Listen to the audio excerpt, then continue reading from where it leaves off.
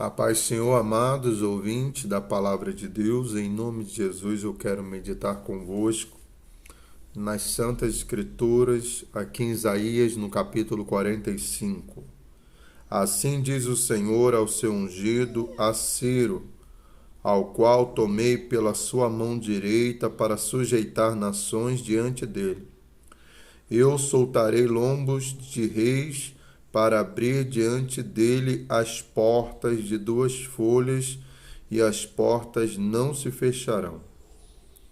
Eu irei diante de ti, e endireitarei os caminhos tortos, quebrarei as portas de bronze, e despedaçarei os ferrolhos de ferro.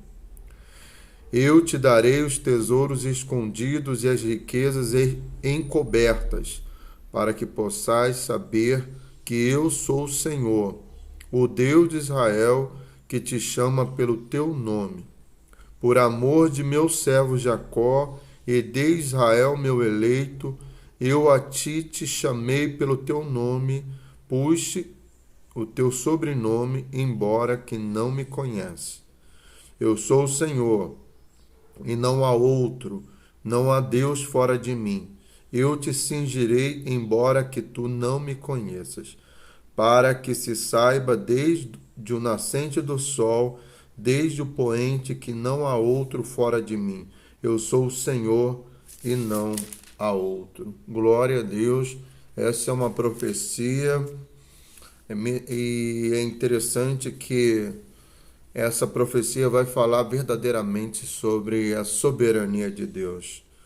Deus fala de um homem chamado Ciro, que era um gentil, mas que aquele é chamado de ungido, de um Messias, um homem que foi levantado, e essa profecia ela levou 200 anos, cerca de 200 anos, para se cumprir. Ainda que em Isaías 44, versículo 8, diz assim, que diz de Ciro, é meu pastor, e cumprirá tudo o que me apraz, dizendo também a Jerusalém, serás reedificada, e ao templo tu serás fundado.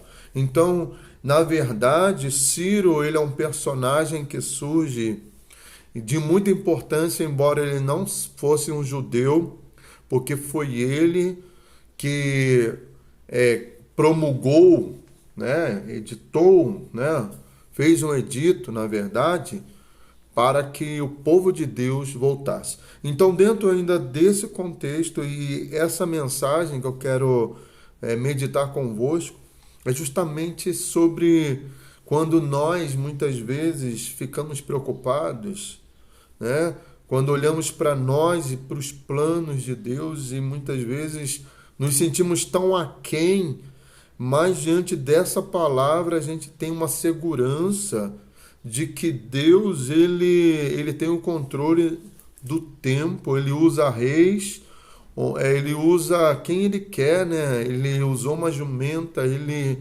usa uma vara, ele usa quem e o que ele quiser para fazer conforme a sua vontade se cumpra. Israel, na verdade, Jerusalém, Judá, os remanescentes ainda, porque as 10 tribos já haviam sido ali dizimadas no ano 722 a.C., então havia ainda restado um remanescente, Judá. Jerusalém havia uma promessa, de que o Messias, não Ciro, mas Ciro foi uma espécie de Messias, mas o verdadeiro Messias, Cristo, viria.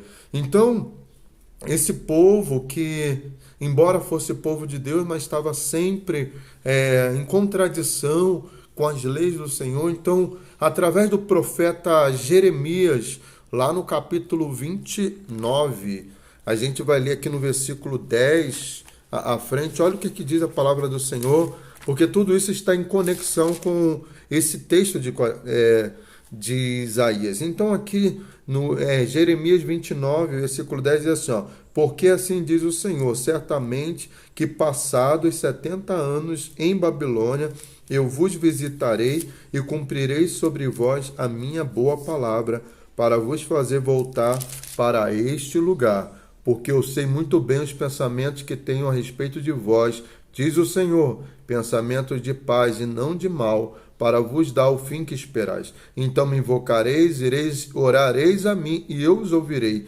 Buscar-me-eis e me achareis quando me buscardes de todo o vosso coração. Sereis achado de vós, diz o Senhor, e farei voltar os vossos cativos, e vos ajuntarei de todas as nações e de todos os lugares para onde vos lancei, diz o Senhor, e vos farei voltar para este lugar de onde os fiz levar. É interessante isso, porque essa profecia de Jeremias, quando o povo ali, Jeremias ele é o profeta do tempo do exílio, então ele é contemporâneo aos últimos acontecimentos, quando a Babilônia ela vem e ela não foi. Isso durou 2 anos esse processo, mas primeiramente eles vão levar os nobres de Israel lá para a Babilônia, e na primeira leva vai Daniel, esse profeta, que eu também vou citá-lo nessa mensagem. Então, Jeremias vai profetizar que eles vão ficar 70 anos cativos. Embora houvessem, como o profeta Ananias, falsos profetas que dissessem que não, que eles não iriam, que Deus havia quebrado o jugo, né? O jugo de bronze da Babilônia, que eles não seriam levados, mas a palavra era: vocês vão ser levados sim, e vão ficar lá 70 anos. Então, dentro dessa conexão então do que Isaías falou, que Ciro iria reedificar, por quê? Porque depois desses 2 anos foi destruído o templo, né? Os muros foram destruídos e foi tudo assolado. Então, o que acontece é que, olha a soberania de Deus.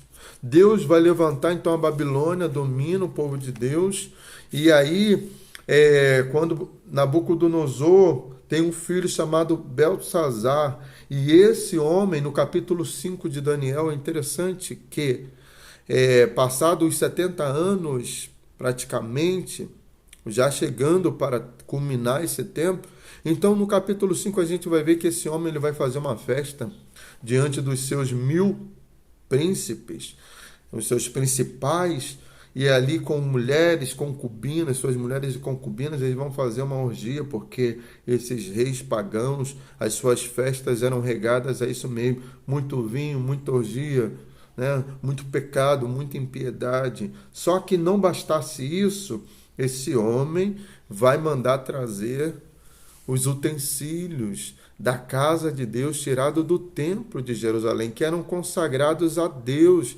ao Senhor Jeová. E isso para quê? Para tripudiar mesmo, para zombar de Deus.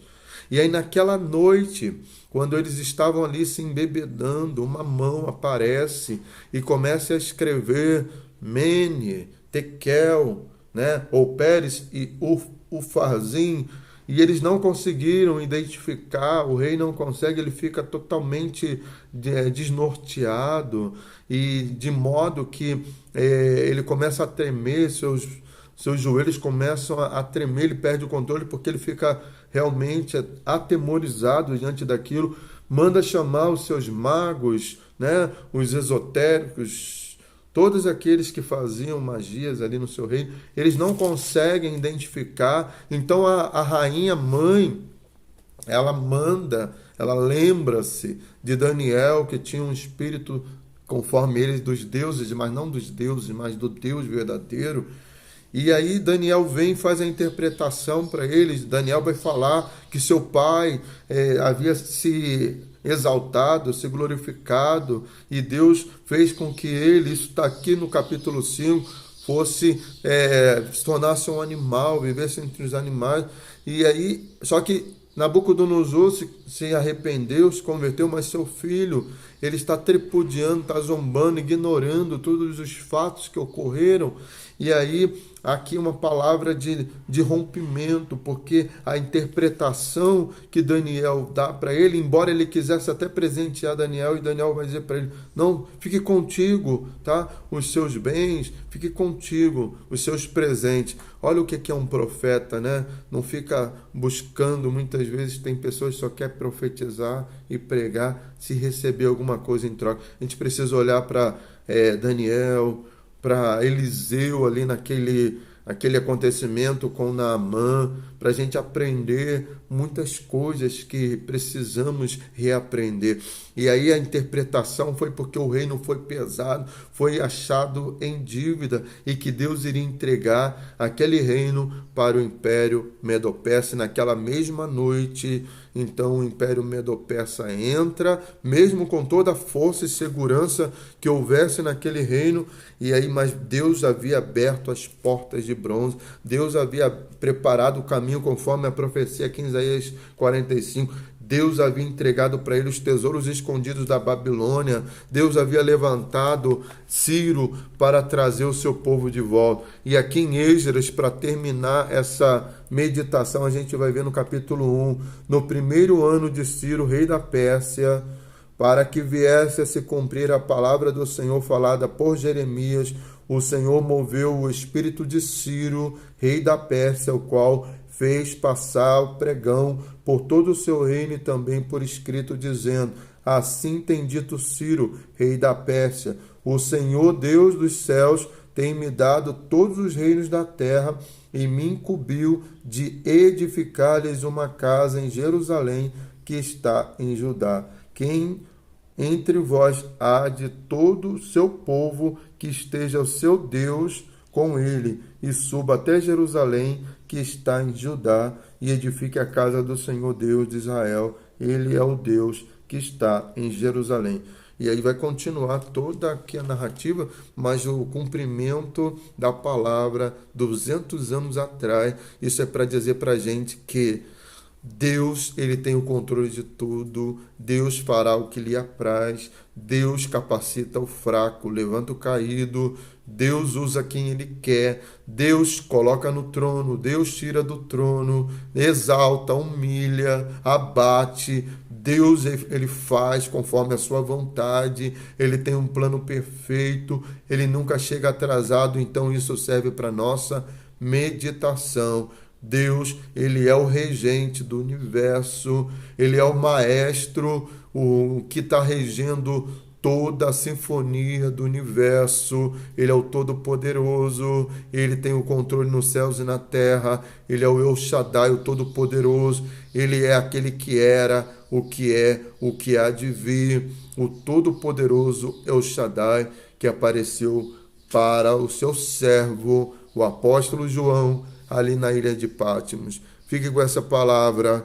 Se está com medo, se está preocupado, se desesperançoso, inquieto, angustiado, meu irmão, Deus fará o que lhe apraz e ele tem o controle de todo o universo. Shalom, Adonai.